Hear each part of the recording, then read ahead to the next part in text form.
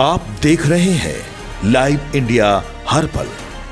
नमस्कार, live India में आपका स्वागत है। मैं अनिल सम्राट। पूर्णिया की सांसद, निर्दलीय सांसद पप्पू यादव ने सीधे सीधे केंद्र सरकार और बीजेपी पर हमला बोला है प्रेस कॉन्फ्रेंस के माध्यम से। आप भी सुनिए क्या कुछ कह रहे हैं पप्पू यादव। एक नहीं भैया, जितने आप लोग, ये बाबा क्या बोल रहे हैं, ये बाबा क्या, ये लोग क्या बोल रहे हैं, जितने बाबा हैं, क्या किताब में लिखा था भैया सावरकर ने? सावरकर जी अपने किताब में लिखे हैं भगवान का अस्तित्व नहीं। रंगा जी गजब कर रहे हैं अपने जी। एडवर्ड ने कहा कि हिंदू धर्म होता ही नहीं, अपने किताब में लिखे हुए हैं। राम भगवान है ही नहीं। दीनदयाल उपाध्याय बोले राम भगवान है ही नहीं, आम आदमी है। हमको काहे मार रहे हो भाई? हमको गोविंद गिरी काल नेमी सन, जो काल नेमी रावण, विद्वान रावण ने वेशभूषा पहन के मां सीता का हरण किया था, उस तरह आज राम के चंदे का, राम पूरे देश के आस्था का, सनातनियों के विश्वास का हरण किया। हम उस काल नेमी बाबा का हम वेश धारण करके रूपांतरण किए और पूरी दुनिया को बताए कि हमें सनातनियों को बचाना है। हम सनातन की संस्कृति, सनातन में सबके साथ सबको लेके चलने वाली जो विचारधारा है, ना कोई दलित, ना कोई बैकवर्ड, ना कोई फॉरवर्ड, ना कोई जाति, ना कोई धर्म, हम सब के सब सनातनी, उसको लेकर के पप्पू यादव का रूपांतरण था। मैं आप जैसी लाखों बेटी लड़ रही है नीड्स और बच्चों के भविष्य के मुद्दों को लेकर, तो आप दोनों मुद्दों पर मार रहे हो। मेरी बेटी को भी मार रहे हो, सबको मार रहे हो। इसीलिए जब तक जवाब नहीं देंगे गृह मंत्री जी, नरेंद्र मोदी जी चंदा चोरी पर और परिसीमन के पहले महिला आरक्षण बिल जो देश में हमारे आदरणीय नेतृत्व, हमारी मां के तरह सोनिया गांधी जी और इंडिया गठबंधन के पूरी सहमति से पास हुआ था, उसको लागू नहीं करोगे तब तक आपकी मंशा है सदन नहीं चलने देना। और हम लोग की मंशा है सदन चलाकर सनातन और 100 करोड़ सनातन में विश्वास रखने वाले, राम में, शिव में, नानक में, बुद्ध में, कबीर में, कृष्ण में, राम रहीम में जो विश्वास रखने वाले लोग हैं, उनके विश्वास को जिंदा रखना। इसलिए सोमवार से जो इनकी चालाकी है वो दिग्भ्रमित नहीं होगी। पहले आप पेपर लीक पर, लाठी गोली पर, बच्ची के टॉर्चर पर और लगातार जो जुर्म कर रहे हो पूरे देश के बच्चे और बच्चियों पर, उस पर आपको जवाब देना पड़ेगा। इन चंपत राय, गोविंद गिरी, नृपेंद्र गुप्ता की को आपने क्यों मनाया? आप संतों को राम ट्रस्ट की जिम्मेदारी कब दोगे? जब तक संत को, शंकराचार्य को जिम्मेदारी नहीं दोगे तब तक लगातार विपक्ष अपनी आवाज को उठाता रहेगा। एक दूसरा, बिहार से जुड़ा सबसे बड़ा मुद्दा वह मुद्दा है जो एग्जीक्यूटिव इंजीनियर की हत्या हुई। एग्जीक्यूटिव इंजीनियर की हत्या, मैं 3 बात कहूंगा। पहला, उनकी पत्नी का बयान बिल्कुल कि हमारे पति को मारा, विधायक के फोन आते थे, हमसे पैसे मांगे जाते थे और फिर उसके बाद उसको दिग्भ्रमित करना। मैं सरकार से मांग करता हूं कि ये बार बार आप जो कालनेमी तरीके से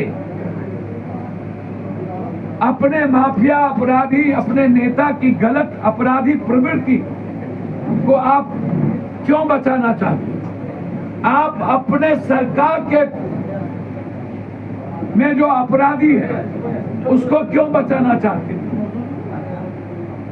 एग्जीक्यूटिव इंजीनियर की हत्या कंप्लीट रूप से बड़ी साजिश है और उसमें 3 से 4 लोग हैं।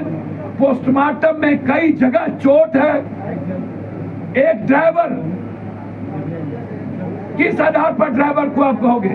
ना तो ड्राइवर का कन्वर्सेशन है, ना तो टेलीफोन का कोई आदान प्रदान है, ना एक ड्राइवर गाड़ी नदी में गिरा करके वो मार सकता है अकेले, और अकेले किसी को नहीं मार सकता।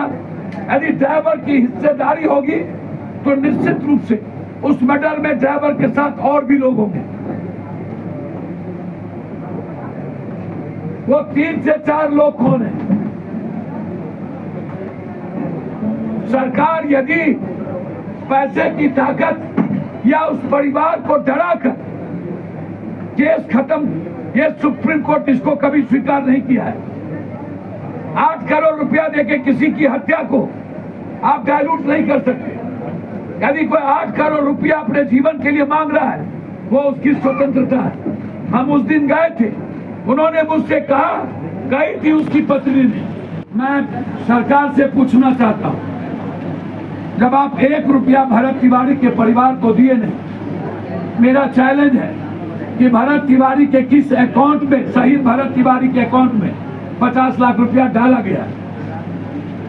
लगातार उस परिवार को तंग करने की प्रवृत्ति, कभी मनोज तिवारी, कभी एक नव सीखे राजनीतिक व्यक्ति जो एक्सीडेंटल एमएलए हो गए, परिस्थिति जन विपक्ष के कारण भाई वीरेंद्र ने कह दिया कि वो एमएलए क्यों हुए। भाई वीरेंद्र ने चमड़ी डमरी, शराब, शबाब, कबाब, ड्रग्स सब बोल दिया। अब पप्पू यादव को बोलने की जरूरत नहीं। भाई वीरेंद्र जी ने जो बात कह दी वो लालूवादी है। भाई वीरेंद्र लालूवादी है, मैं उसको धन्यवाद दूंगा, ईमानदार आदमी है भाई वीरेंद्र। 2 करोड़ रुपया भाई वीरेंद्र को एक पार्टी तोड़ने के लिए दे रहा था। अगले बार भाई वीरेंद्र ने कहा कि मैं मरना पसंद करूंगा, लालू को नहीं छोड़ूंगा।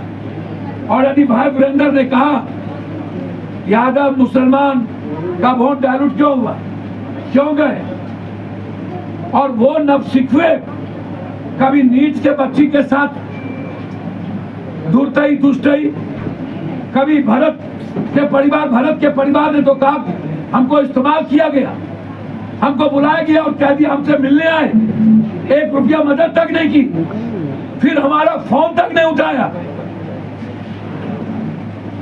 100 करोड़ का मानहानि का मुकदमा इस पर ठोकना चाहिए। किस आधार पर शहीद परिवार को, परशुराम के खानदान का ये संस्कार नहीं है पैसा लेने का। मैं नहीं मानता। शहीद के परिवार को उन्होंने गद्दार कहा है, ये बिल्कुल गलत है।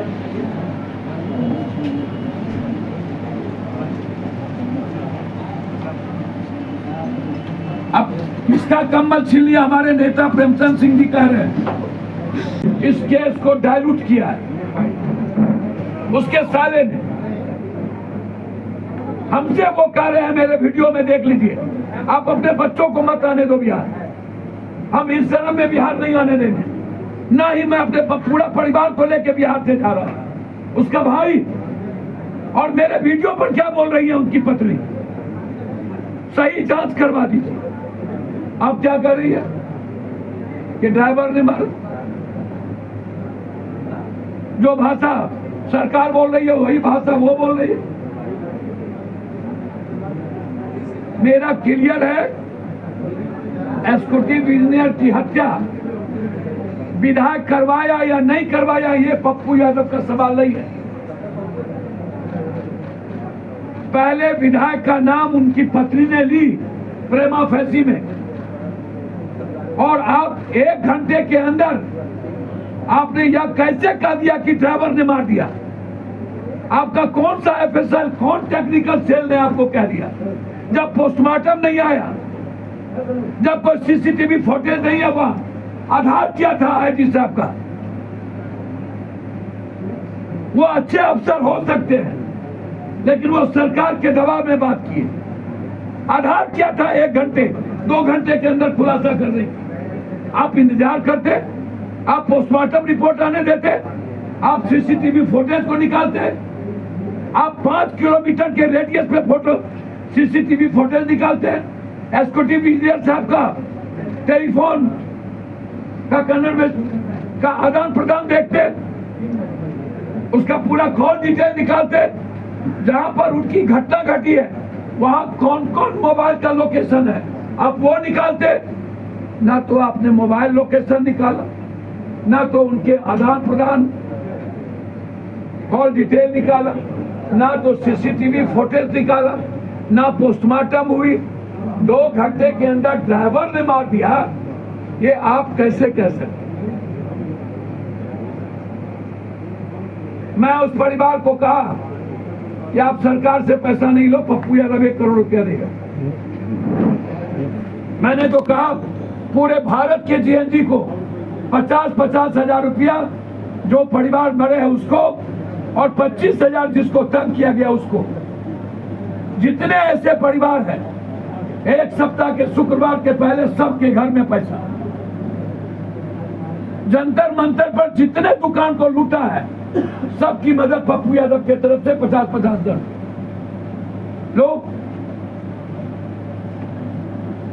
ये लोभ और डरा कर केस को डाइवर्ट करना, इसलिए सीबीआई इंक्वायरी के साथ हम चाहेंगे हाईकोर्ट के मॉनिटरिंग में यह केस की जांच हो। केस को खत्म करने की साजिश की गई है, इसमें बड़ी बड़ी मछलियां हैं और उसको बचाने का प्रयास किया गया है। सरकार यही है। दूसरी तरफ भारत तिवारी जी, बीजेपी नेता शहनवाज हुसैन ने आरजेडी पर हमला बोलते हुए कहा है कि आरजेडी अब आखिरी सांस गिन रही है। वहीं राहुल गांधी को लेकर उन्होंने कहा कि राहुल गांधी जो है पूरी तरह से मुद्दा विहीन हो गए। क्या कुछ कह रहे हैं शहनवाज हुसैन, आप भी सुनिए। अब लालू जी को आरजेडी को भंग कर देना चाहिए। जिस तरह की जुथम पेजार राजद में हो रही है, आपस में एक दूसरे को गाली गलौज कर रहे हैं, तो जनता दल बना था, उससे बट के राष्ट्रीय जनता दल बना, और राष्ट्रीय जनता दल अब अपनी आखिरी सांस ले रहा है। माई समीकरण भी टूट गया है। इस बार बांकीपुर के चुनाव में भी जो राजद का वोट था वो पूरी तरह शिफ्ट हुआ, जमानत जब्त हो गई राजद की। अब जो हालत है, तेजस्वी जी का मन भी ऐसे बिहार में नहीं लगता, यहाँ मौसम भी उतना ठीक नहीं रहता है। हम लोग बहुत कोशिश कर रहे हैं कि यूरोप से अच्छा दिखे बिहार, और चिंता न करें, सम्राट चौधरी 5 साल में यूरोप की तरह इसको बनाएंगे तो तेजस्वी जी रहेंगे आराम से। लेकिन अभी तो उनका मन नहीं लगता है, इसलिए जिस काम में मन न लगे वो काम क्यों करना है। तो राजद की हालत ये हो गई है कि एक दूसरे पर गाली गलौज करना, एक दूसरे पर इल्ज़ाम लगाना और जुतम पेजार करना, एक दूसरे पर शक करना, ये हाल है। और राजद सिर्फ एक वीरचंद पटेल मार्ग के ऑफिस में और लालू जी के घर तक सीमित है। गांव-गांव में उसके वर्कर छोड़कर राजद को जा रहे हैं।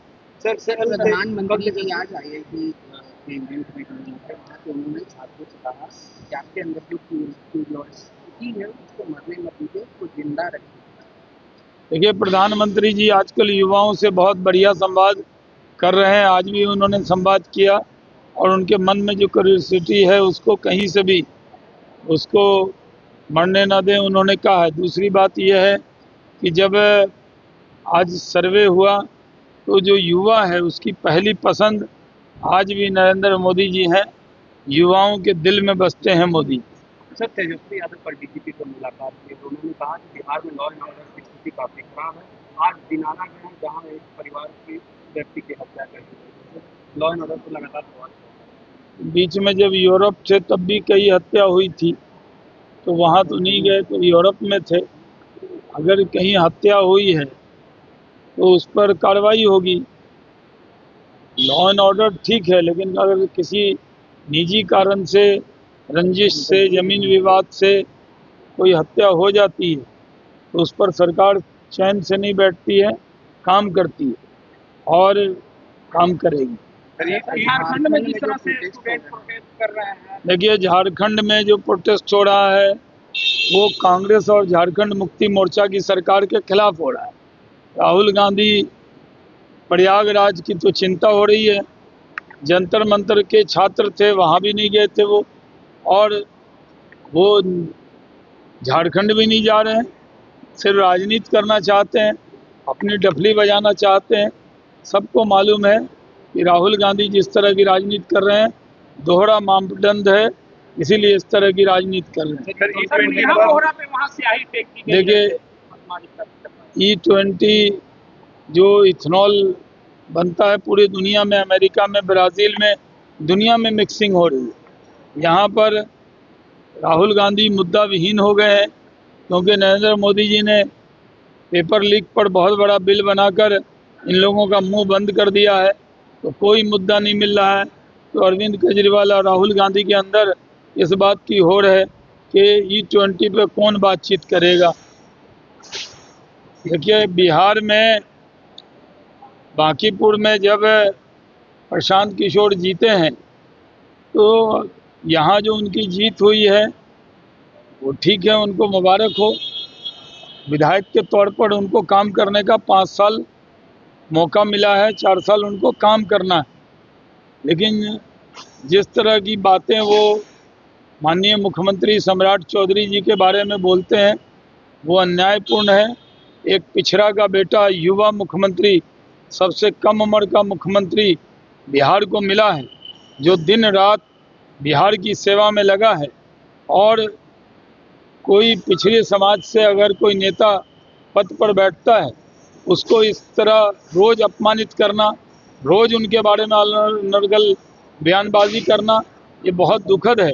प्रशांत किशोर को जीतने के बाद संयम बरतना चाहिए और सम्राट चौधरी के खिलाफ जिस तरह एजेंडा लेकर काम कर रहे हैं ये दुर्भाग्यपूर्ण है। प्रधान किशोर ये कह रहे हैं कि किसी भी कुशवाहा के बेटा को मुख्यमंत्री बना दीजिए, लेकिन वो तय करेंगे, व्यक्ति को वो तय करेंगे। कभी बीजेपी की डफली बजाते थे 14 में, कभी मोदी मोदी करते थे, अब मोदी जी को गाली दे के मोदी विरोधी वोट लेते हैं। इनका डबल स्टैंडर्ड तो यही है। हर जगह अभी बांकीपुर का चुनाव जीते और चले गए डफली बजाने एनडीए के साथी के पास। यहाँ तो एनडीए के खिलाफ वोट मांगा, फिर वहाँ जाके महाराष्ट्र में एनडीए के नेता से मिल रहे हैं। तो इनके बारे में सब समाज के लोग जानते हैं कि ये इनके लिए कोई परहेज नहीं है। किसी से भी इस तरह की बातें वो कर सकते हैं, किसी से भी डफली अपनी बजा सकते हैं।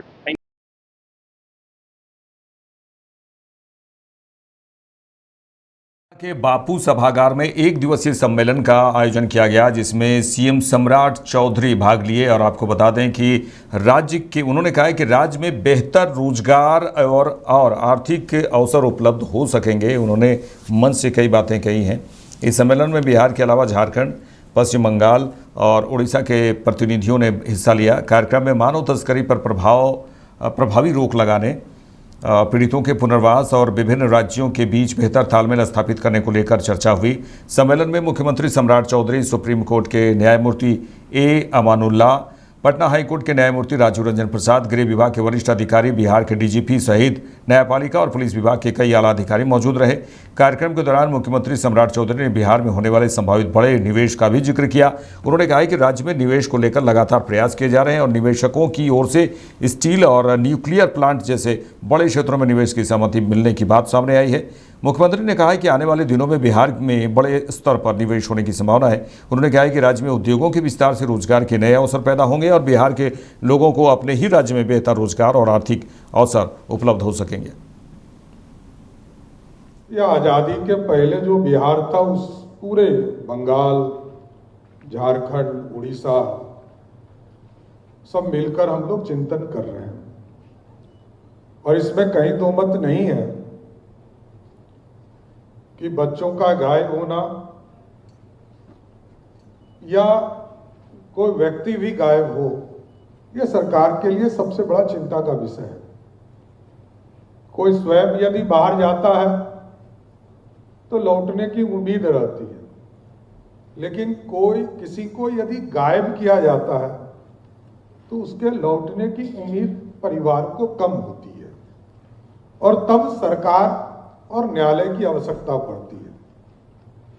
तो सबसे महत्वपूर्ण है जो कई चीजें सरकार कर भी रही है, और इस पहल में माननीय सुप्रीम कोर्ट का निर्देश लगातार मिलते रहता है सरकारों को। मैं सुप्रीम कोर्ट को भी बधाई देता हूं कि लगातार इसकी मॉनिटरिंग भी आप लोग कर रहे हैं। और अनुमल्ला साहब ने स्वयं यहाँ, वैसे तो ये बिहार के ही हैं, बिहार इनका घर है, लेकिन यहाँ आकर इतने महत्वपूर्ण विषय पर समय दिया, इसके लिए भी इनको बधाई देता हूँ। और बिहार में इसकी व्यवस्था, इस इम्पोर्टेंट डिबेट पर आप लोगों ने चर्चा शुरू किया, ये भी हमारे लिए चैलेंज है और हम इसको आगे, हमारी सरकार लगातार इसको आगे बढ़ाने का काम करें। क्योंकि हम गिरफ्तारी, सही कहा गुप्ता जी ने अभी कि गिरफ्तारी होते हैं, उसके पुनर्वास का काम नहीं हो पाता है, उसको व्यवस्थित करने का काम नहीं हो पाता, उसको स्किल्ड करने की जरूरत है। लेकिन हम लोगों ने एक प्रयास शुरू किया अभी, मैं पिछले 2-3 महीने से मैंने एक कार्यक्रम यहाँ शुरू किया है। उस कार्यक्रम का नाम है सहयोग शिविर, और सहयोग शिविर रियल टाइम पर हम लोगों ने व्यवस्था खड़ा किया। रियल टाइम कोई भी आवेदन देता है कि हमारा बच्चा गायब हो गया, हमारे परिवार का कोई सदस्य गायब हो गया, तो उसकी चिंता तुरंत सरकार को करनी है।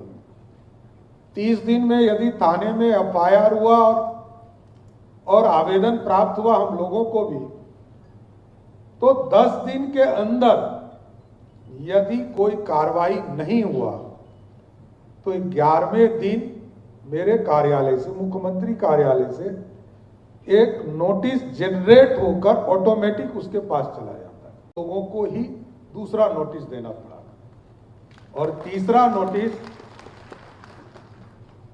नोटिस हम लोगों को 25 दिन के बाद 26वें दिन ऑटोमेटिक जनरेट होना है।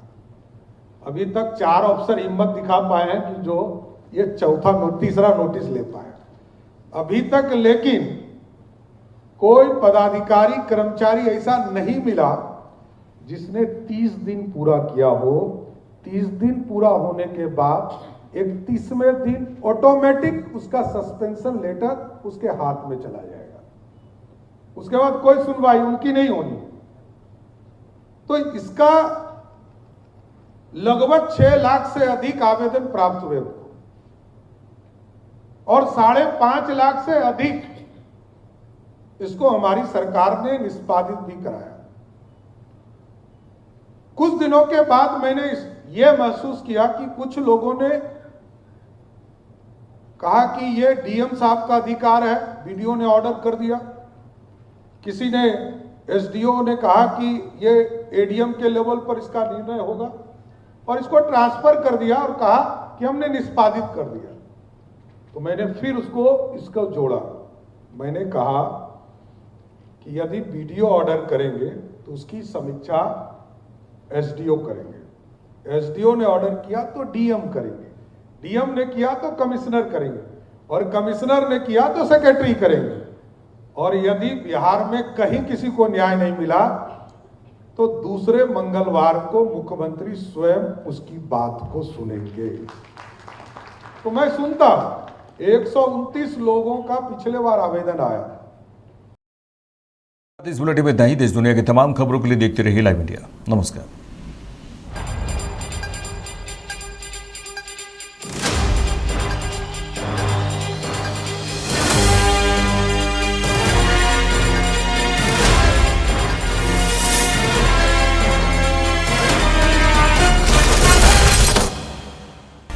आप देख रहे हैं लाइव इंडिया हर पल।